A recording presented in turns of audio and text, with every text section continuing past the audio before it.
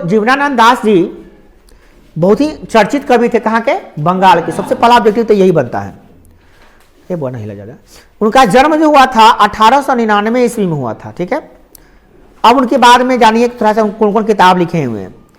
तो इनके किताब है झरा पालक, धूसर पांडुलिपि, वनलता सेन, महापृथ्वी, सातती तामर तिमिर। अब देखिए बंगाली भाषा का है ये सब। इसके बाद है बहुत सारा, देखिए कि यहाँ पे रूपसी बंगला, बेला अबेला कालबेला, मन विहंगम, आलोक पृथ्वी, इस तरह की। अब यहाँ पे देखिए वनलता सेन काव्य ग्रंथ जो है, ये शीर्षक बहुत ही प्रसिद्ध हुआ, बहुत ज़्यादा आलोचक इसका हुआ। इनको देखिए वनलता सेन के लिए काव्य ग्रंथ का पुरस्कार भी दिया गया था इनको, ठीक है ना, कब, 1952 में। अब यहाँ पे देखिए इस पाठ में कवि क्या कहना चाहते हैं। देखिए इस कविता के माध्यम से कवि यह कहना चाहते हैं कि मेरा जो धरती है, जन्मभूमि बंगाल, उसको मैं जी जान से बहुत प्यार करता हूँ और भगवान से यही विनती करता हूँ कि हे भगवान, आप चाहे जिस रूप में भी जन्म दीजिए, जिस तरह का भी बना दीजिए हमको, परंतु जन्म हमारा दीजिएगा तो बंगाले में दीजिएगा। बंगाल हमारा बड़ा लगाव हो गया है, बड़ा प्रेम हो गया है अपने इस जगह से। जब भी हम जन्म लेंगे ना तो हमको इसी में, इसी धरती पर दीजिएगा, ठीक है। अपना मातृभूमि से प्रेम को बताए हैं। क्या कहते हैं, खेत है जहां धान के बहती नदी के किनारे फिर लौट कर आऊंगा, लौट कर, घबराओ नहीं, मर जाऊंगा तो फिर आऊंगा लौट कर। एक दिन बंगाल में नहीं शायद होऊंगा मनुष्य, तब होऊंगा आबाबिल। हो सकता हूं कि अगले जन्म में भगवान हम मनुष्य ना जन्म ले, तो आबाबिल एक पक्षी है, तो हमको पक्षी बन के कहीं जन्म ले। बंगाल में आबाबिल पक्षी मिलता है वो, तो हम पक्षी बन के कहीं आ जाए। या फिर कौवा हमको जन्म, भगवान कौवा में जन्म देंगे तो कौवे बन के आएंगे। उस भोर का फूटेगा नहीं धान के फसल पे जो। मैं बंगाल में धान की खेती बड़ा अच्छा होता है, सालों भर धान की खेती होती है। वहाँ 3 बार धान रोपाता है, साल में कितना धान रोपाता है, 3 बार धान रोपाता है, 3 बार कटाता है। वहाँ पे गेहूं का खेती नहीं होता है। वहाँ का मुख्य भोजन जो है मछली और चावल है, क्योंकि वहाँ पानी ही पानी रहता है, ठीक है।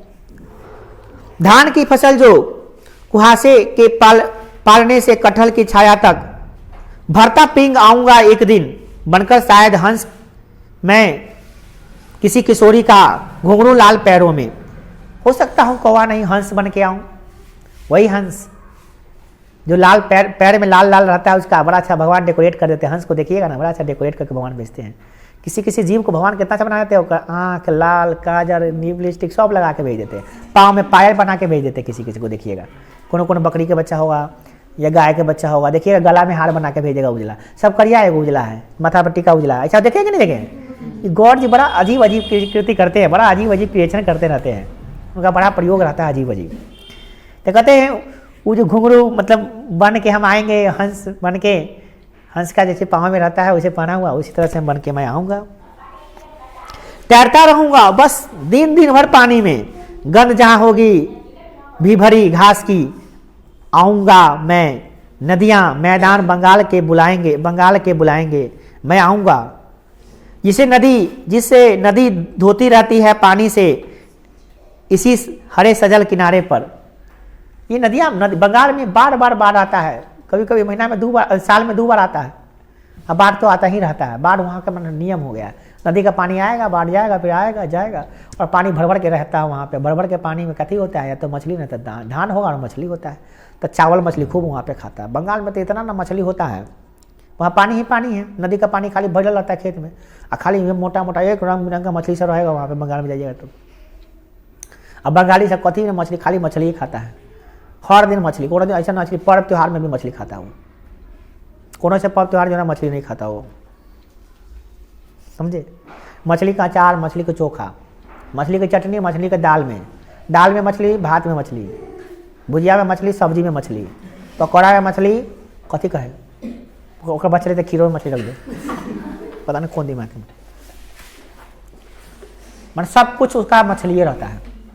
क्या कुरकुरे बना देते, मछली को फ्राई कर देगा, लो कुरकुरे हो गया, मैं मछली खाएगा तू।